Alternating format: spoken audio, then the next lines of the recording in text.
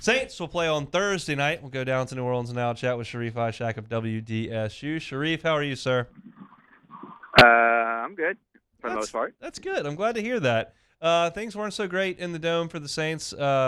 Defense let them down on Sunday, in my estimation. I thought the offense, while not perfect, was certainly better and probably good enough to win, and the defense was not. Your thoughts?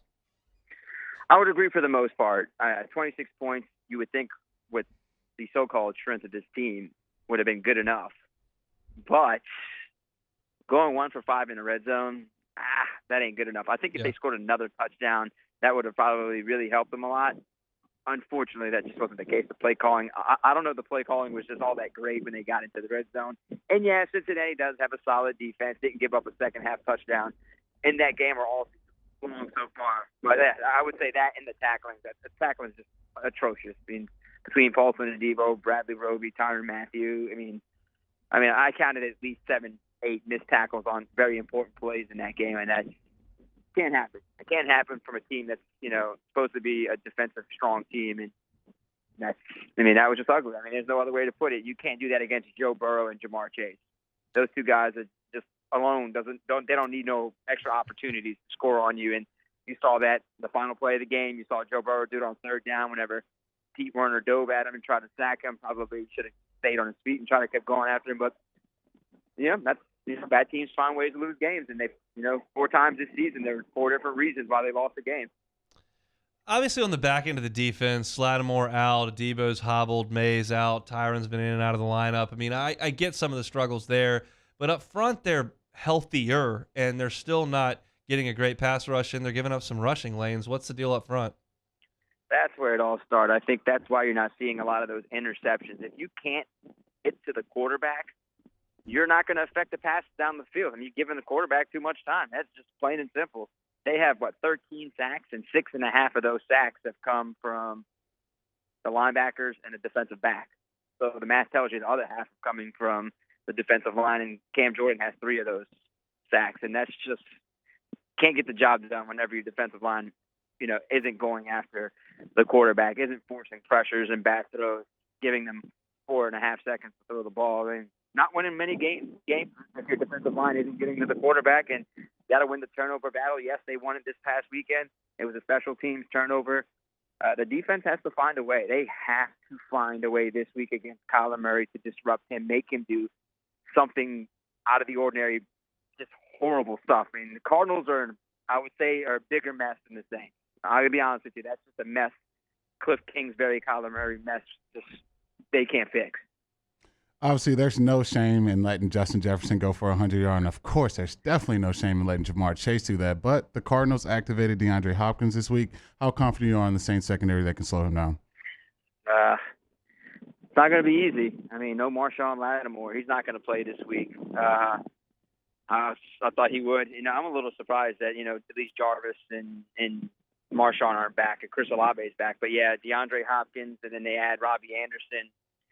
And with a beat-up secondary, it's not going to be easy. The good news is it looks like they're going to get back Alontae Taylor, who, was on IR. He missed the 4 games, and he says he's ready to play and contribute and, help the missed tackles and help the lack of interceptions on this team. And I just feel like Jeremy and Hunt, once, one interception happens, it feels like in a game they can get a few more. This team is one of those teams where the ball starts rolling, good things start happening. It just hasn't happened because of the basics of football. They have not done so well through the first 6 games of the season.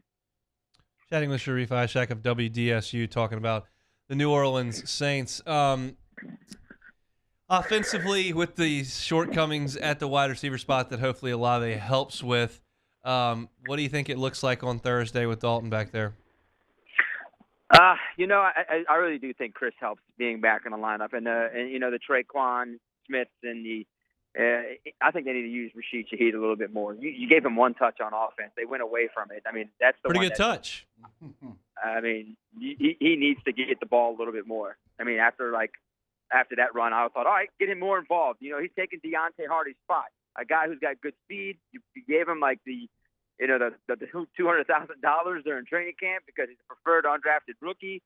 Give him more touches. It worked.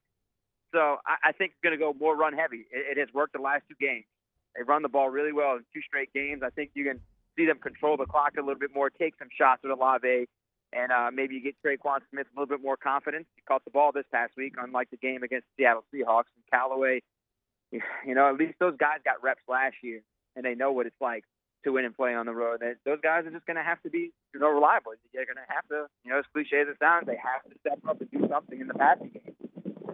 Obviously, do you have an update on Jameis's injury? And then do you think when he does get back to full health, he's just going to get put back into the starting lineup as a starting quarterback? The other day, Dennis Allen says they're not putting him back out there until he's 100%, and makes it sound like he's not 100% yet. So, I mean, they'll get almost 10 days off before they play the Raiders at home. So maybe that's probably the game. I would say you may get him back for that game. And it all depends how Andy plays this week. I mean, if he's successful, maybe they might have a decision to make. Do we keep riding with Andy, or, hey, if we sneak out a win and it wasn't really that pretty on offense, especially in the passing game, do we go back to James so we can get more, more balanced on offense? And I think they're going to have a decision to make, but they're not going to throw him out there until he's 100%. They don't want to risk it and, send him back on, into the injury report and have him miss even more games. I know you just did interviews. Is there any talk at all about, we're only one game out of the division race? Like, all's not lost. I mean, is there any sort of that going on? I mean, it's a professional locker room. They know that they got to go get a job done, but is that a part of the discussion? I mean, I think they know they're not playing good football. Yeah. I think they know that. They know they know it's this, it's been a roller coaster ride. They've got the one thing they keep saying, hey, we've got to play consistently good. They know they're only a game out. I think they know there's like 11 games left in the season. But and deep down inside, they just got to understand they haven't played good football. And I think they know that. They don't look at that, oh, man, we're still in it.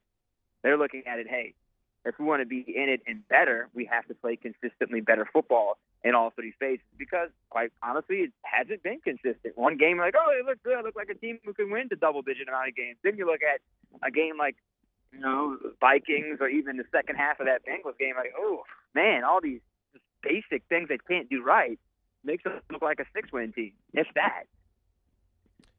Is the city ready to move on to the Pels, or what? The Pell City, baby. Let's go. Yeah. This is a Pell City. Yeah, thanks for the top 5 picks, Los Angeles Lakers. How's Zion's ankle? Good. He said he was ready to go. He's fine. He's going to be in the starting lineup against the Brooklyn Nets tomorrow night, and he's good to go. Everyone's healthy, so that's should make for a good season if everyone can stay healthy. That's the key in New Orleans with any sport. Everyone has to stay healthy, but they're deep. It's one of the deepest teams in the NBA, and that's why I think you should be excited about how well they can play. You said should be a good season. How good? I'll set the limit at wins at 50. 50 wins would be nice for them if they can stay healthy and, continue to build that chemistry and just have guys who can make plays. I mean, the big three has to score like between 70 and 80, a game. That's just plain and simple. That's what you got to get from your big three. Where do you think they should go with their second option? Obviously, it's going to be between CJ and BI. Who would you like to see kind of be that guy to kind of take the lead after Zion? If I had to guess, I'd like to see a little bit of Herb Jones. He is, to me, what Marcus Colston was for the Saints. I like what he does. He plays outstanding defense, and his shooting has improved tremendously under Fred Vinson this offseason. He is going to be that next leader of this team. And, if you can get a two-way player like that, good luck to the teams who have to go against him, because he was only getting better as they got into that playoff series with the Suns. So I'd go with him. And off the bench, I would go to Jose Alvarado, the spark plug. Our official New Orleans insider, who's going through all things NOLA sports with us now weekly here. Thanks so much for watching Hunt Hill on YouTube. Now do us a favor. Hit the red subscribe button below and throw us a like. We'll see you next time.